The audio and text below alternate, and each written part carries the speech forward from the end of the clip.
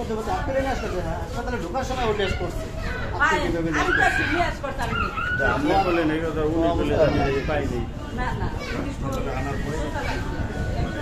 হ্যাঁ দাঁড়ান না। পেট দিয়ে ঢোকার সময় ও জীবিত আছে, নিয়াজ করতে দেখছি।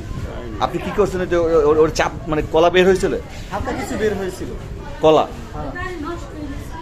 আরে বিপদে বিপদ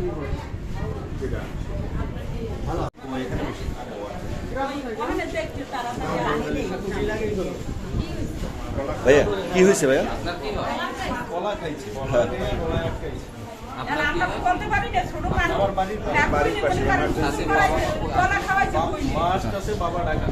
এই ভাই বাচ্চাটা খেয়েছে, মানে ওর ছোট বোন খাওয়াইছে, খাওয়ানোর পরে গলায় আটকে গেছে। তো ওর মা ও তাড়াতাড়ি এর গাড়ি আছে দিয়ে দিচ্ছে। আচ্ছা, আপনি কি নিয়ে আসছে আর এর মা আসতেছে, আর বাবা ঢাকায় থাকে। তোর মা আছে সবাই বাড়ি আসতেছে।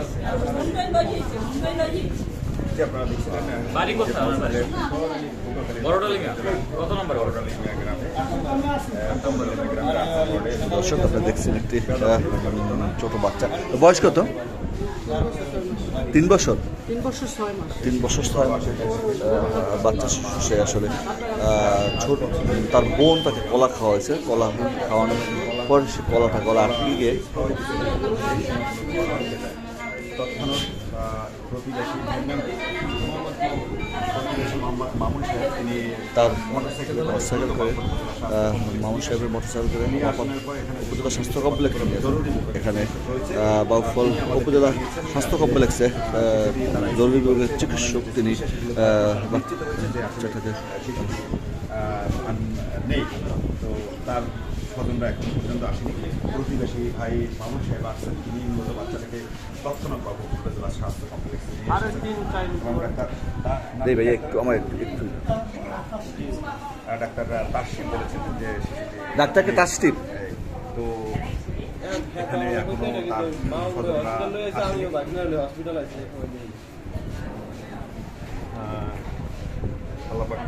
শিশুটি এখানে স্বজনরা বলছিলেন আসলে 3 মেয়ের পরে একটি ছেলে হয়েছে। তার বাবার 3 মেয়ের পর একটা ছেলে। 3 মেয়ের পরে ও পৃথিবীতে এসেছে এবং ওর নাম কি? তাসরিফ। গলা খেয়ে তার কাল শেষ হয়েছে। তো তার স্বজনরা এখন এখানে আসেন, চেষ্টা জানি না যে ডায়েরি রয়েছে সেই ডায়েরিতে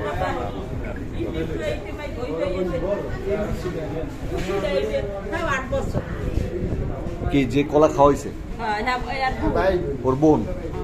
কি কলা? সবজি কলা না?